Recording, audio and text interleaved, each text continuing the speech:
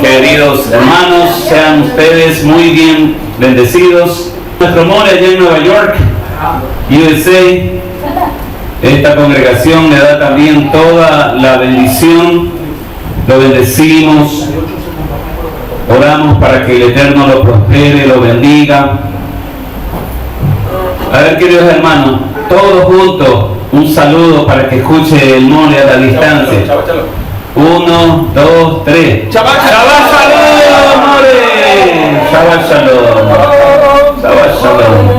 Y Shabbat Shalom para todos y cada uno de los amigos que nos ven, que nos escuchan a través de este canal de YouTube en toda América y esperemos que, bueno, en algunos otros países del mundo. En este Shabbat tenemos la parashá número 44. La parashá número 44, que tiene por título Devarim. Devarim, que significa palabras, cosas habladas, asuntos, y también significa amonestaciones. Todos estos sinónimos tienen esta palabra, Devarim. Significa palabras, cosas habladas, asuntos y amonestaciones. Esta parashá comienza en Devarim o Deuteronomio, capítulo 1, versículo 1, hasta Deuteronomio, capítulo 3, versículo 22. Como hasta ahora tenemos la lectura del profeta Isaías, Isayahu, capítulo 1, versículos del 1 al 27.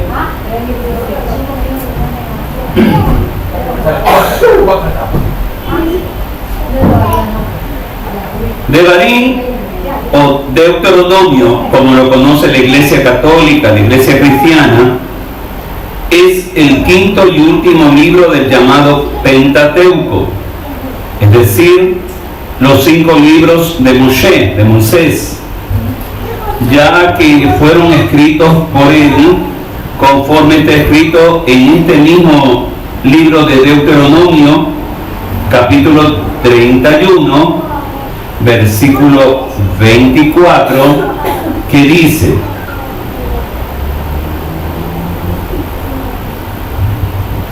y sucede que cuando Moshe terminó de escribir las palabras de esta Torá en un rollo, hasta que hubo terminado. Para la hermana Santa y para muchos que siempre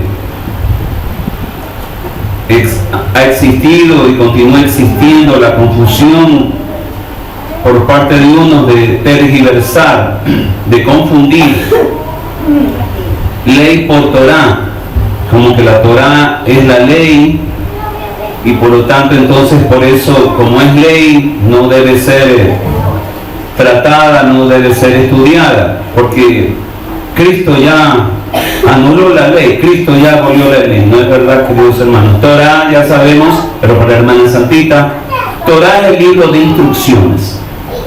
Torá es el libro de instrucciones ¿de quién? Del Padre Celestial, del Creador, del Eterno. Es un libro de instrucciones para que tú, para que yo lo conozcamos, para que tú, yo, toda la humanidad conozca quién es el Creador del universo, quién es, cómo es, cuáles sus planes, cuáles son sus deseos, qué es lo que tiene Él para la humanidad, qué es lo que desea Él de la humanidad. Todo eso es la Torá, el libro de instrucciones. Devarim es una reafirmación de aquella Torá que ya fue dada desde el monte Sinaí y en las llanuras de Moab. Se diferencia de los 4 libros anteriores de manera que no recopila las palabras dictadas por el Eterno directamente, sino las palabras transmitidas a través del mismo Moisés.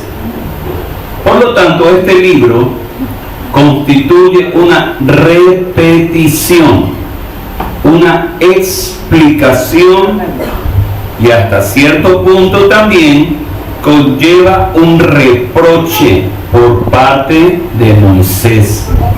Por favor, leamos Devarim, capítulo 1, versículos del 1 al 2.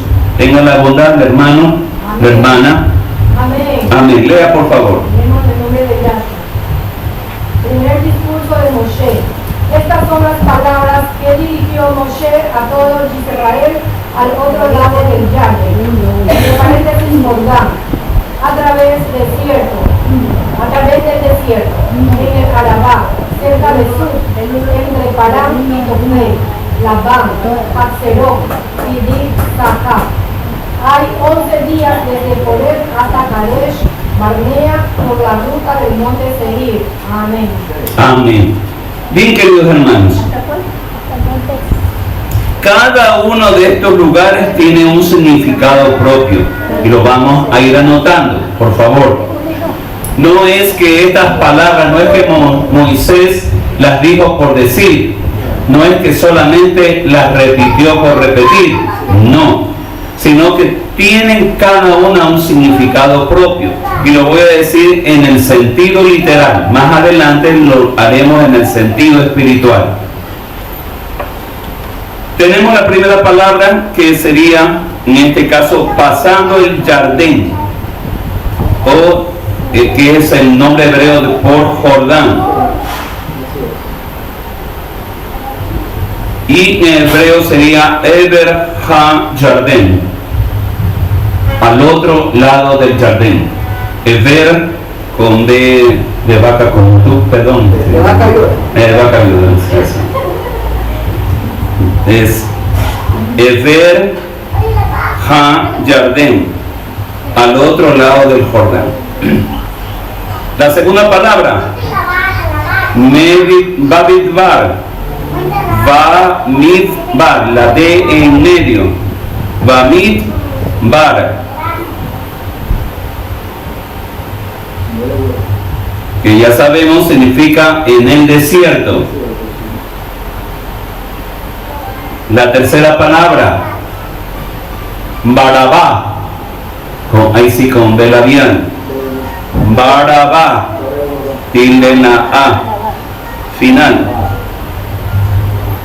Barabá, esto es en la planicie de Arabá, en la planicie de Arabá.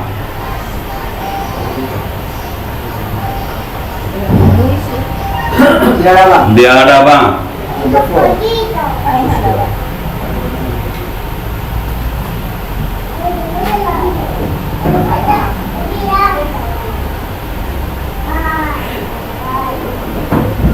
La cuarta palabra,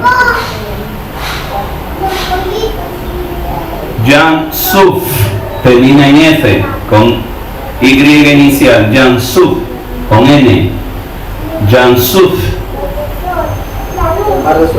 enfrente del mar de Cañas, enfrente del mar de las Cañas, o como muchos creen, tergiversan, etcétera, que es el mar Rojo, ¿no? Pero el sitio exacto se le llama Suf, mar de Cañas, Yansuf, mar de Cañas. Que no se le caiga, no se le caiga. Quinta palabra. Quinta palabra. Pasam. Pasam. Pasam.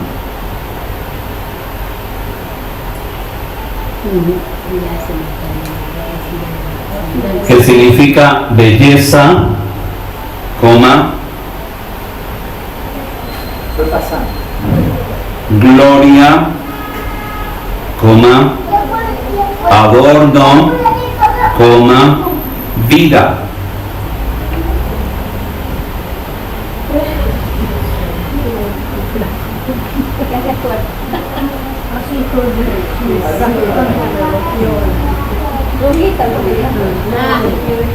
La sexta palabra, tofel.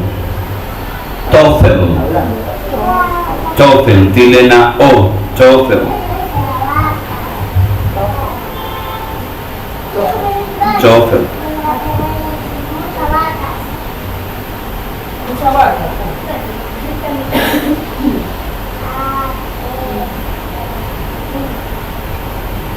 Tofel, que significa blanqueo, coma, limpieza. Blanqueo, coma, limpieza. Séptima palabra, Labán, o séptimo sitio, mejor dicho. Labán. Con B labial, Labán. Y el nombre del tío de Jacob, Labán. Así es, papá de Rivka.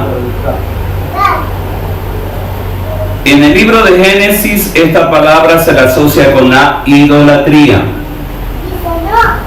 En el libro de Génesis, esta palabra se la asocia con la idolatría.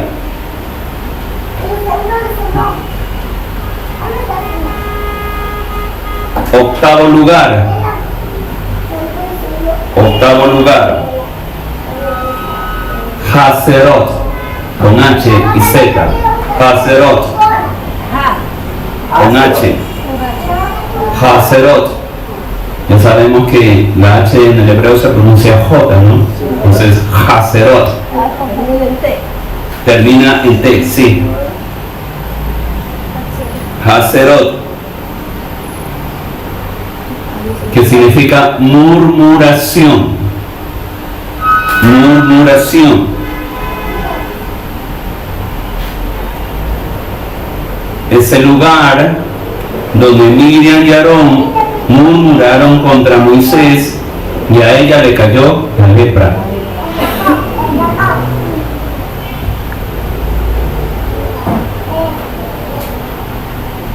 Noveno lugar,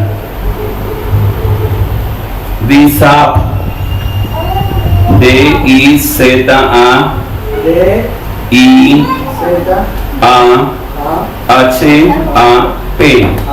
perdón, B labial, H-A-B labial, Dizap, sí, que es una palabra que connota como un yacimiento de oro, ¿sí? Un yacimiento de oro. Dizap. Y en ese lugar fue la adoración del becerro de oro.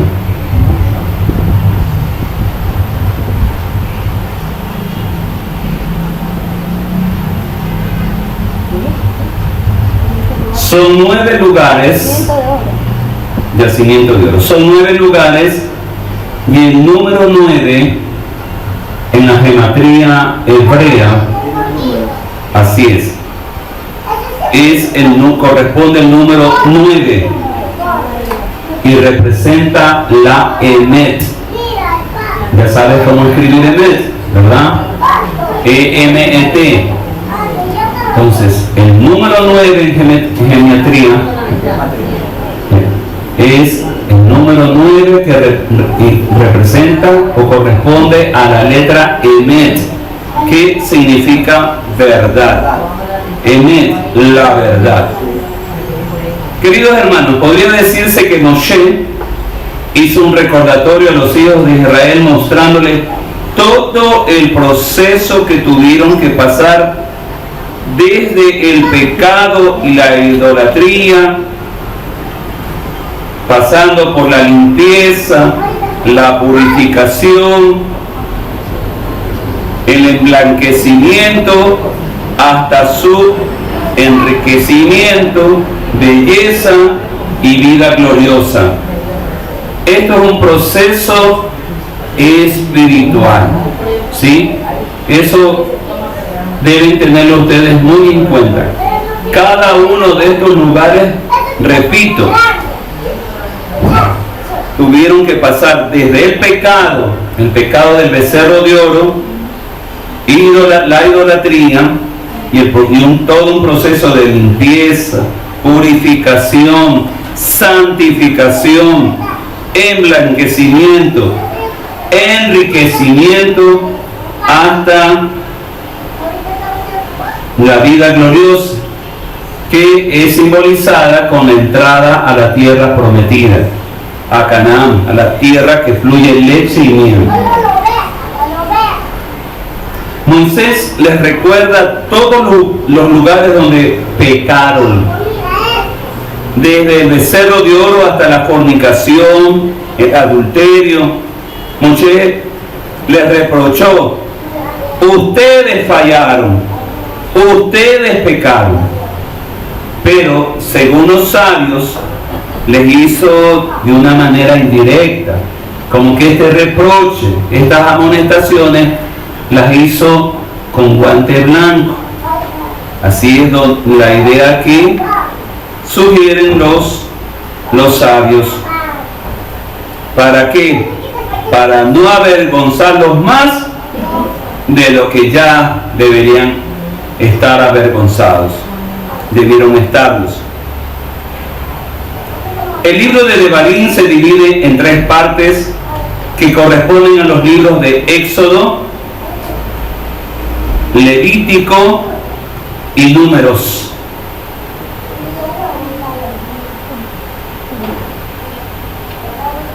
Y es por eso que también al libro de Deuteronomio se lo conoce como Mishneh Torah. ¿Cómo se escribe?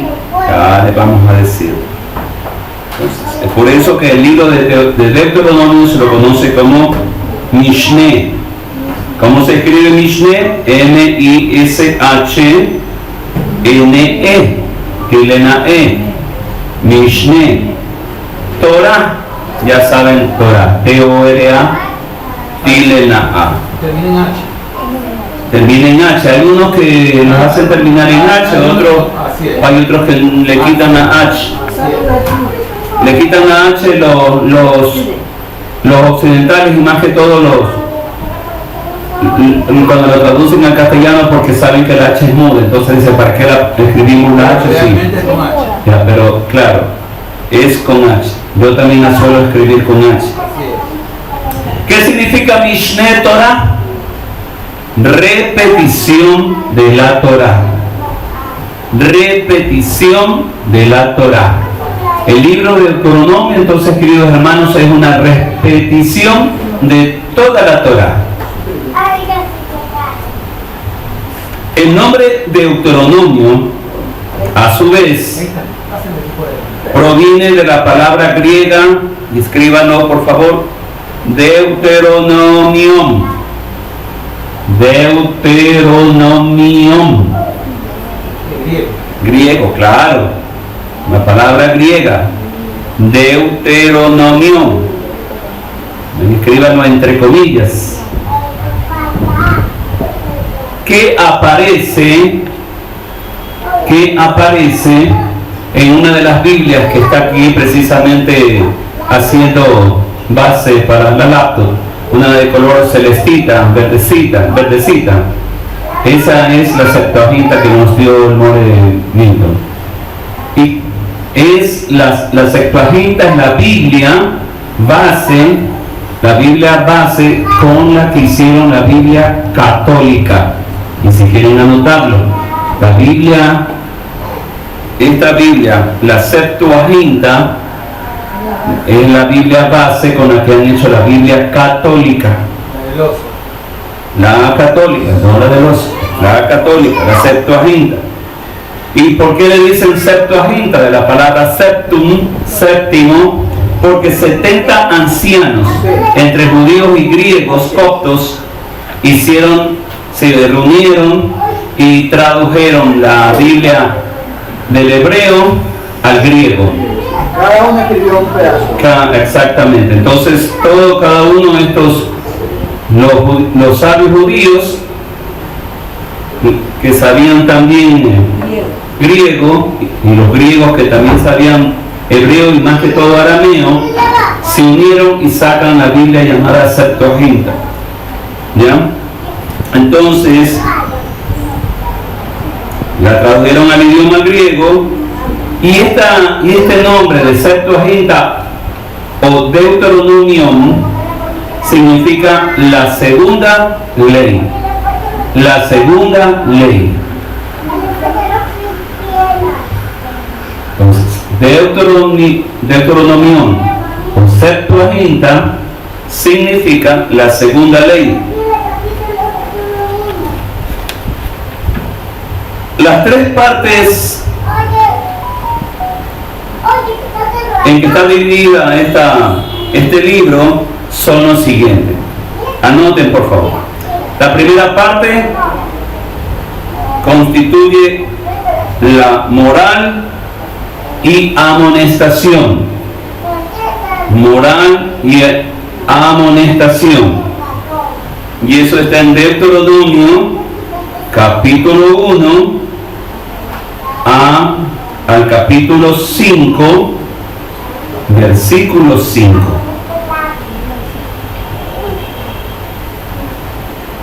La segunda parte lo constituyen leyes diversas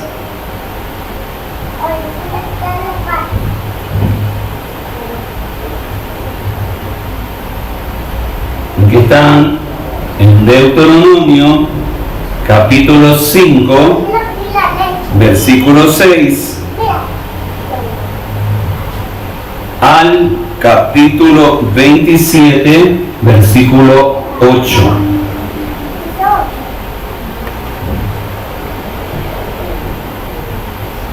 La tercera parte comprende bendición y maldición. Está en Deuteronomio capítulo 27 versículo 9 hasta el capítulo 34 versículo 12.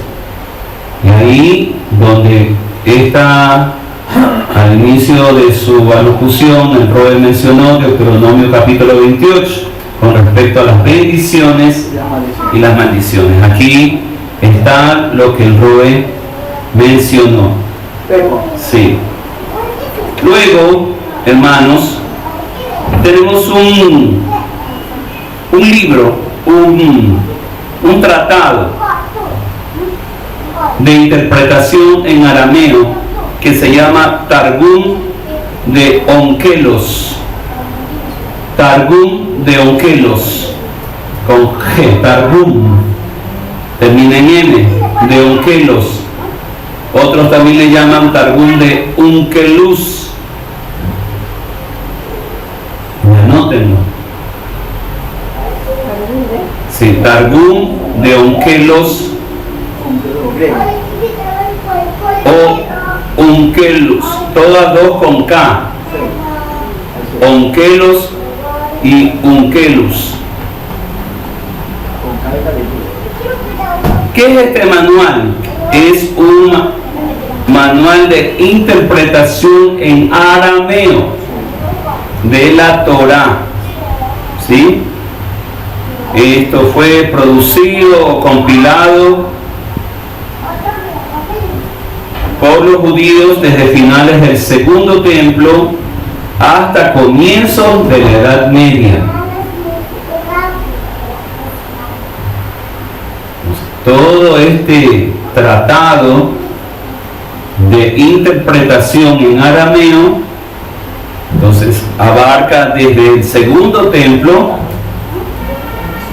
hasta la Edad Media. Este Targum tradujo el versículo 1 de Deuteronomio 1 de esta manera. Y lo repito entonces. Este Targum tradujo el versículo 1 del capítulo 1 de esta manera. Moisés, os ha amonestado por haber pecado en el desierto. Eso está en Éxodo 16:3.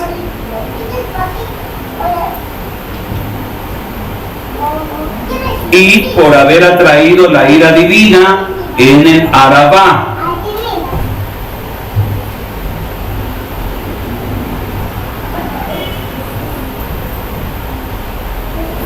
Eso está en Números 25 del 1 al 3.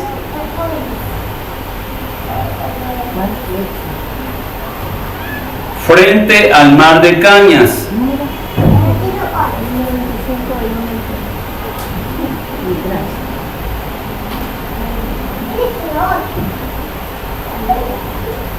Capítulo Números 34.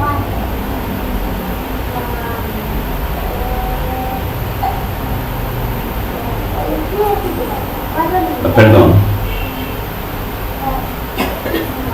Éxodo 14, 11 y Salmos 106, 7. Sí.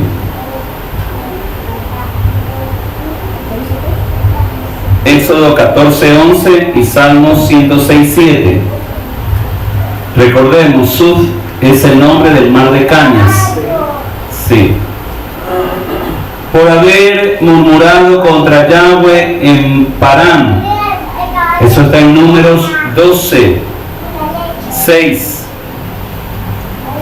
Por haber murmurado contra Yahweh en Parán. Números 12, 6.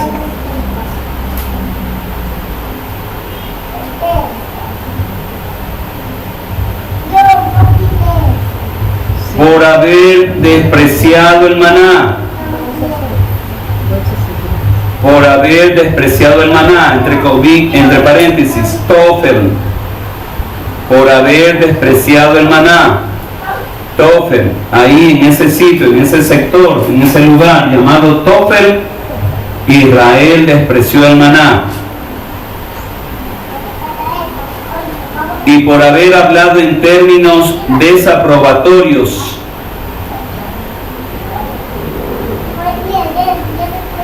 Entre paréntesis pongan Labán. Está en Números 13.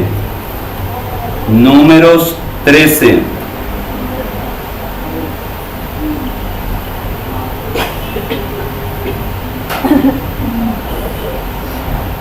Por haber pronunciado críticas.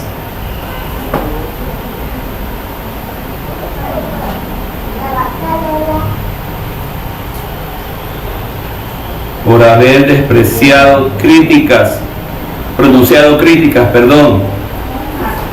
Haserot.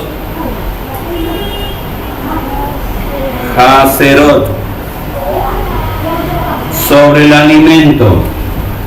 Por haber pronunciado críticas, entre paréntesis, Haserot, sobre el alimento. Eso está en Números 11:35.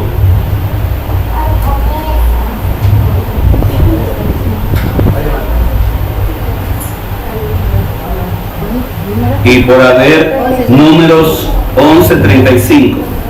Y por haber erigido el becerro de oro. Y por haber erigido el becerro de oro, entre paréntesis, Dizahab.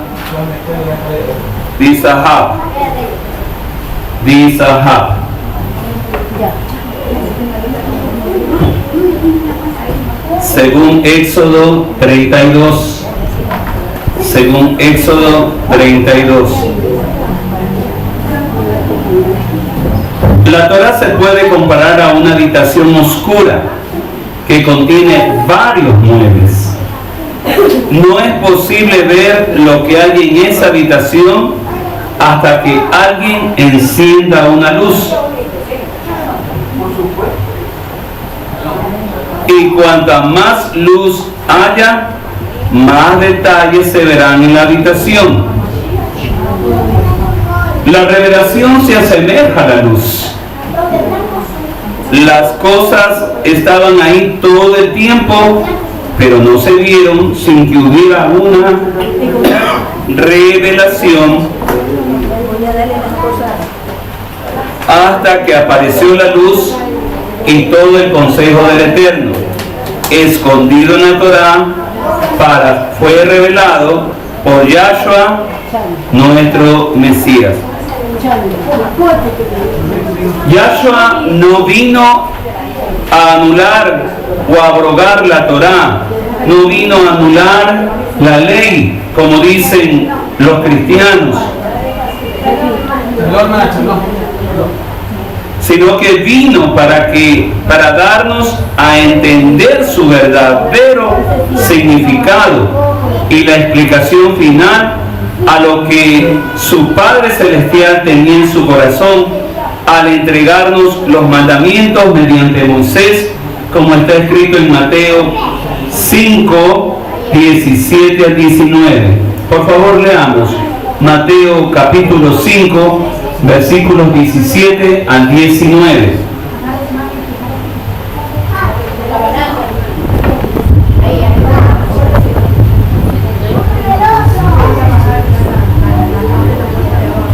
Mateo 5, 17 al 19. Lea, por favor. No pienses que vine a anular la Torá, a los profetas. No he venido a anular, sino a cumplirla. En verdad les digo que mientras no pase el cielo ni la tierra, ni siquiera una tilde pasará de la Torá hasta que todo se haya cumplido. Amén.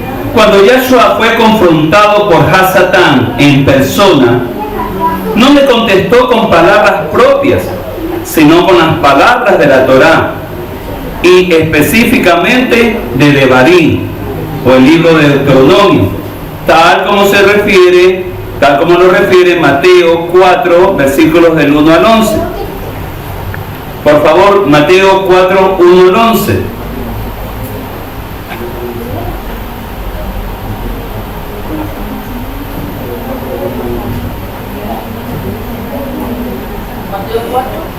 Del 1 al 11. Entonces el Espíritu llevó a Yahshua al desierto para que el acusador lo pusiera a prueba. Y después de haber ayunado 40 días y 40 noches, tuvo hambre. Entonces se le acercó el tentador y le dijo: si eres hijo de Elohim, di que estas piedras se conviertan en pan. Pero él respondió y dijo: está escrito, no solo de pan vivirá el hombre, sino de toda palabra que sale de la boca de Yahweh.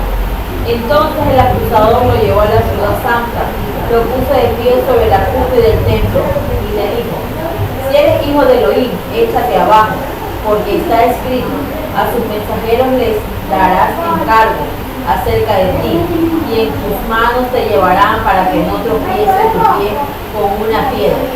Yahshua le dijo: además está escrito, no pondrás a prueba a Yahweh tu Elohim. Otra vez el acusador lo llevó a un monte muy alto y le mostró todos los reinos del mundo y su gloria. Y le dijo: todo esto te daré si te postraras y me adoras. Entonces Yahweh le dijo: vete, Satanás, porque escrito está, a Yahweh tu Elohim adorarás y a él solo servirás. Entonces el acusador lo dejó y enseguida vinieron unos mensajeros y se pusieron a servirle. Amén, aleluya. Entonces Yahshua le contestó con Deuteronomio. Y él le dijo con los santos. No. Sí, Salmo 91. Si Yahshua como Mesías tenía más autoridad que las palabras transmitidas por Moshe, ¿por qué no le dijo a Satanás: vete, Satanás, porque yo te lo digo? porque yo te lo ordeno. ¿Por qué nuestro Adón, que es mayor que Moshe, no usó sus propias palabras, sino las de Moshe al enfrentarse con el adversario? Para demostrar su humildad y la Torah que le había sido entregada por sumisión al Padre, por la obediencia del Padre. Y esto nos enseña que la Torah en ningún momento fue desacreditada, descalificada o puesta en un nivel de autoridad inferior a la revelación posterior de las Escrituras por nuestro Adón y Salvador Yahshua. Si el mismo Yahshua HaMashiach contestó a Hasatán con Deuteronomio y venció sobre él, tú también puedes hacer lo mismo. Aleluya. Aleluya. Aleluya. Tienes el poder de la palabra en tu persona, si así lo crees, si así lo sientes y si así lo haces. Aleluya. Aleluya. Así que el que pone lo que se llama Nuevo Testamento como superior a las palabras de la Torá dadas por Moshe, o considera que tiene mayor autoridad que el Pentateuco, está dando vuelta a la casa, poniendo el techo como fundamento, cuando así un desorden mental, creando así un desorden mental y una confusión teológica.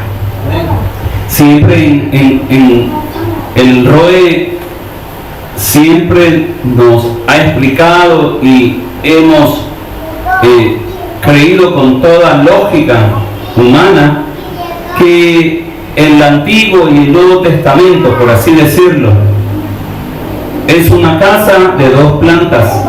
La planta inferior, el Nuevo Testamento, el Viejo Testamento, la planta superior, el Nuevo Testamento. Y así intelectualmente lo hemos comprendido. Pero hay personas, pastores, maestros y otras personas más que quieren, como aquí estamos dando la explicación, poner el techo como que fuera el fundamento, poner el techo como piedra angular, como piedra fundamental, cuando así no es, queridos hermanos, así no es. Yahshua es también, queridos hermanos, la Torah viviente, como está escrito en Juan 1, versículo 1 al 14. Leamos, por favor, Juan capítulo 1, versículos del 1 al 14.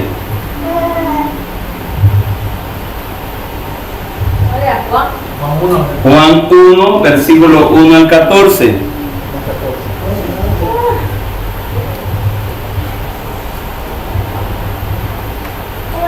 Amén. Lea, por favor. En el principio era el verbo y el verbo era con Elohim y el verbo era Elohim. Este era en el principio con Elohim, todas las cosas por él fueron hechas, sin nada de lo que haya sido hecho fue él. En él estaba la vida y la vida era la luz del mundo. La luz en las tinieblas resplandece y las tinieblas no prevalecieron contra ella. Hubo un hombre enviado de Elohim, el cual se llamaba Juan.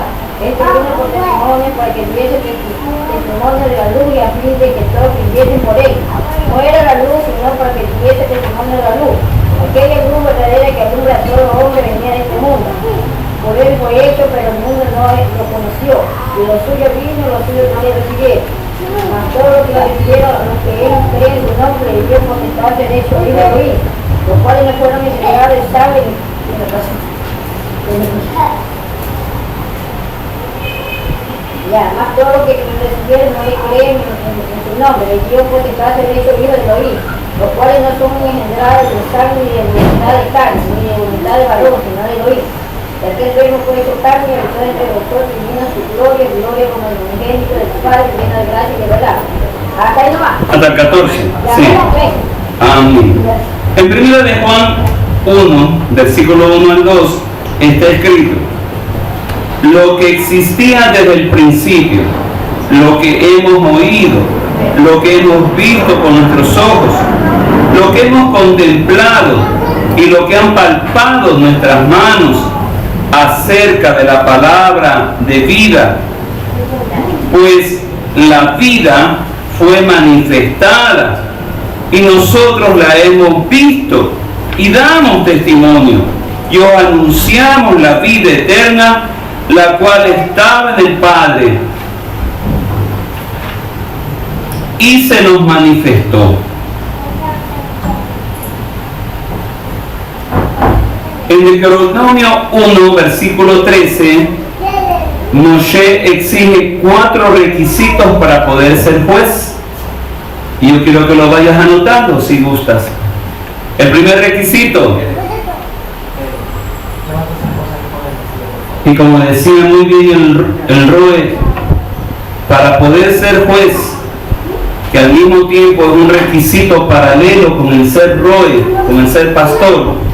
Entonces el primer requisito, tiene que ser hombre. En hebreo, ishi.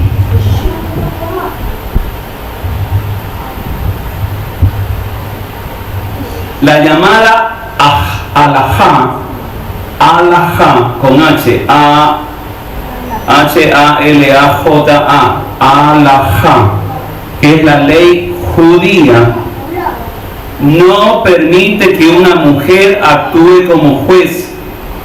Débora fue una excepción por no haber hombres, como está escrito en el libro de Jueces, capítulo 5, versículo 7. Claro, alguien puede salir, pero Débora fue una jueza, sí, pero fue la excepción a la regla, porque no había hombres en ese momento. Un hombre juez. Un juez ahí en Israel no había en ese momento, no había en ese tiempo. Pero ella fue jueza. Pero ella no sacerdotisa. Así es, jueza. Sacerdotisa no. Así es. Segundo, para ser juez, que tiene mucha relación también para ser roe, para ser pastor, repito. Tiene que ser sabio. En hebreo, la palabra sabio, jajam, con J, y termina en N, jajam.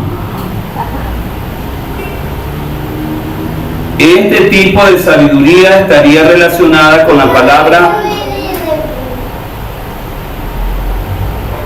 agam, con G en cambio. ¿Qué es el agam? El agam es una acumulación de agua. Esto significa la capacidad intelectual para captar, para entender y retener verdades y comprender la naturaleza y el propósito de cada cosa. En este caso se refiere a personas conocedoras de la Torá.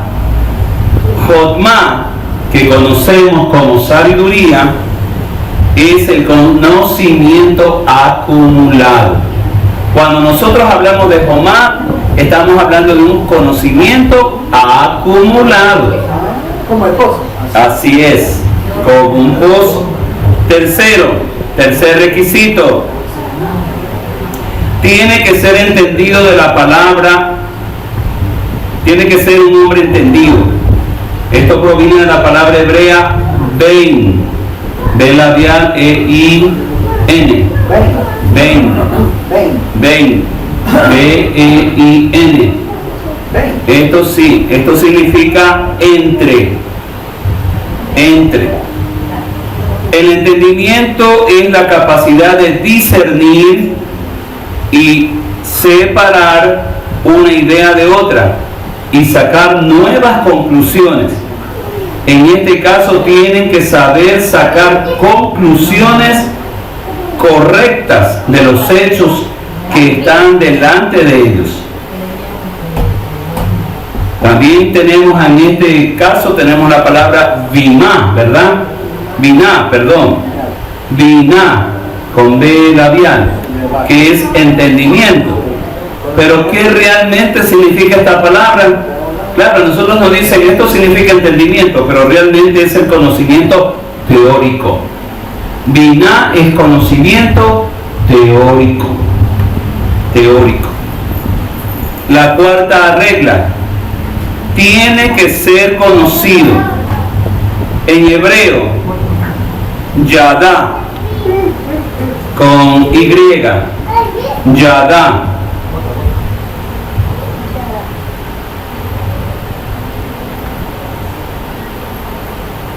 Entonces, este juez en ese tiempo tenía que ser conocido ¿por quién? Por su tribu. Tenía que ser primeramente conocido por su tribu. Y el concepto hebreo de conocer tiene más que ver con una relación y experiencia que con acumulación de pensamiento. El conocimiento se obtiene por medio de un acto de preocupación, dedicación, simpatía o afecto por alguien. Da'at en hebreo, D-A-A-T, es conocimiento. Y este conocimiento, Da'at, este es el conocimiento práctico. Y queridos hermanos, yo el otro día veía que en los actuales momentos Ecuador está eligiendo, bien en la televisión, los jueces que van a ser de la Corte Nacional. Una serie de candidatos que estaban allí entre las computadoras para rendir su examen, su evaluación teórica. Y aquí vino, claro, y aquí vino la revelación porque pueden tener el conocimiento teórico, pero no tienen el conocimiento práctico.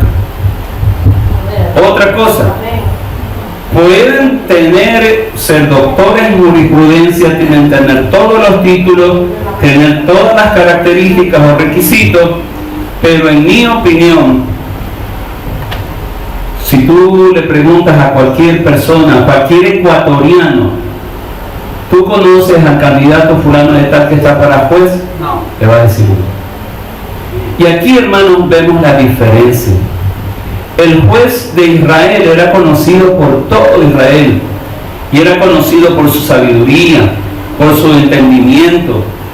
Era conocido y reconocido. Honradez, transparencia. Era conocido y reconocido. Todo el pueblo de Israel lo conocía. Todo el pueblo de Israel sabía sus cualidades, sus defectos, lo conocía al dedillo. Nosotros conocemos a nuestras autoridades, conocemos las autoridades que nos están imponiendo. Ni por foto. Ni por foto. No conocemos nada. Vemos ahí candidatos, ni por nombres. Vemos ahí personas respetables, respetuosas, por cierto, pero no conocemos más de su vida. Hasta más. En ningún momento de estos dichosos canales de televisión que tenemos nos muestran los perfiles, su hoja de vida, por lo menos lo más resumida posible para saber, Juan Pérez Piguave tiene tales y tales antecedentes, tales y tales méritos, etcétera, etcétera. Entonces, queridos hermanos, vemos aquí cómo los jueces fueron escogidos por el pueblo y luego instalados por el liderazgo. Este es el proceso correcto a la hora de instalar un liderazgo. El pueblo ve y sabe por experiencia quiénes están capacitados para ser líderes. Aquí nos los ponen, nos los meten, por así decirlo, entre los ojos, pero nosotros no los conocemos. Los líderes y quienes ratifican, quienes consolidan a estos, los líderes principales, son los que dan luego su aprobación a la elección del pueblo, como vemos en Hechos 6 del 1 al 7. Aquí en Hechos 6 del 1 al 7 les resumo, queridos hermanos, por cuestión de tiempo. Es cuando las viudas de los creyentes griegos, ¿sí?, no eran atendidas, y un reclamo de que las viudas de los creyentes griegos no eran atendidas Las atendían a las viudas de los judíos, pero no las atendían a las viudas de los griegos. Y hubo reclamo. Sí. Hubo reclamo. Entonces Shimón Kefá y los líderes, los apóstoles, los enviados, dijeron, al principio dijeron, nosotros tenemos un ministerio que es el ministerio de la palabra, de la enseñanza. Nosotros no podemos hacernos cargo de cosas que son secundarias, de cosas que no nos corresponden a nuestro ministerio. Nombren entre ustedes varones llenos del Espíritu Santo, en primer lugar, el primer requisito, llenos del Espíritu Santo, sabios, entendidos de la Torá, que sean honrados, que sean capaces, que tengan buen testimonio delante de la comunidad. Así, muy claro y textual. Y eligieron a 7, y entre ellos a Esteban, y ya sabemos la historia. Y entonces, ¿quiénes consolidaron, ratificaron la elección de la asamblea de los judíos que creían en Yahshua? Los apóstoles. Los apóstoles les impusieron las manos, y ya hemos visto y hemos ministrado lo que significa la imposición de manos. Amén. Entonces, hermanos queridos, los mismos requisitos para elegir jueces en el desierto se observaron para los que iban a trabajar en la distribución económica entre los pobres de la comunidad.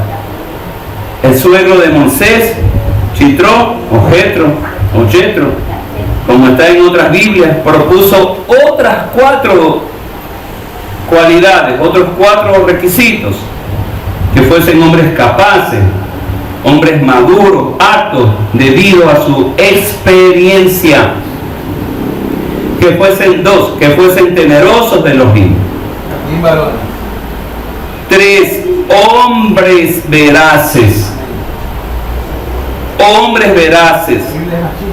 que dicen, usan o profesan siempre la verdad. Eso es ser un hombre veraz. El que dice, el que usa, el que profesa siempre la verdad. Amén, aleluya. Entonces, el 4 requisito: que aborrezcan las ganancias deshonestas. Desde el punto de vista legal, las ganancias deshonestas constituyen actos ilícitos y delictivos. ¿Por qué? Porque se obtienen mediante la apropiación oculta y fraudulenta del dinero ajeno. Moisés amonestó con guante blanco a los hijos de Israel porque estos tenían una imagen totalmente equivocada del Eterno, creada por ellos mismos, por no tomar en serio la revelación que Él les había dado de sí mismo. Lento para la ira y grande en misericordia. Así dice la Torá, así Él se identifica. Por eso no podían creerle, y la misma imagen falsa y distorsionada por sus líderes la tienen también los cristianos actuales. Ellos dicen, Dios es amor. Ellos dicen, murió y está en el cielo. Ellos compadecen y se autocompadecen pensando que vino Jesús o que vinieron los ángeles y se lo llevaron al cielo. Está allá en los cielos, está a la diestra del Padre, está sentado, ya es un santo. Todo que fallece aquí en la tierra, vemos en la noticia, Dios lo tenga en su gloria. Dios está en la presencia de Él.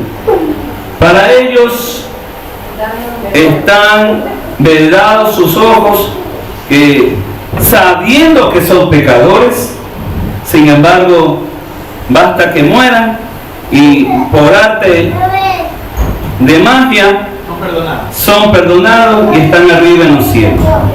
Saben que Elohim los ama, pero les gusta el chisme, provocan y hablan mal, levantan chisme y rumores falsos, fornican y cometen adulterio y piensan y creen que están sin culpa, que no tienen pecado y por consiguiente se van directo al cielo por el batitubo, como decíamos cuando estaba en Batman, ¿verdad?